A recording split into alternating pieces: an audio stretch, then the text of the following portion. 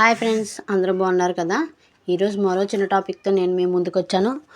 మీ అందరికీ నా ఛానల్ కనుక నచ్చినట్లయితే లైక్ చేయండి, షేర్ చేయండి, సబ్స్క్రైబ్ చేయడం మాత్రం మర్చిపోకండి ఫ్రెండ్స్. ఈరోజు మన టాపిక్ వచ్చి పాదాభివందనం. పాదాభివందనం అనేది మనం గురువులకి చేస్తాము, గుళ్ళో పూజారి గారికి చేస్తాము.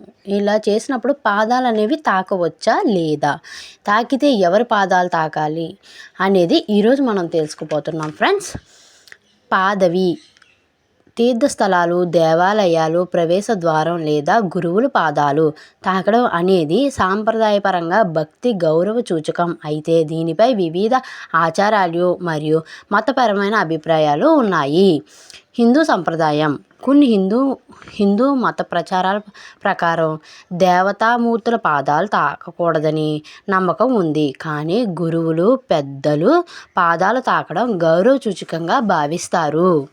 పెద్దల్ని, గురువుల్ని పాదాలు తాకడం అనేది గౌరవపాదంగా సూచిస్తామన్నమాట. ఆలయాల్లో ధ్వజస్తంభ ద్వారం పాదవులు తాకడం పరమభక్తి సూచకంగా భావించబడుతుంది. సెకండ్, బౌద్ధ, జైన మరియు ఇతర మతాలు.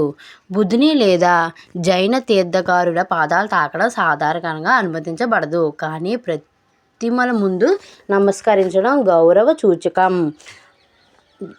సూచకంగా అనుమతిస్తారు.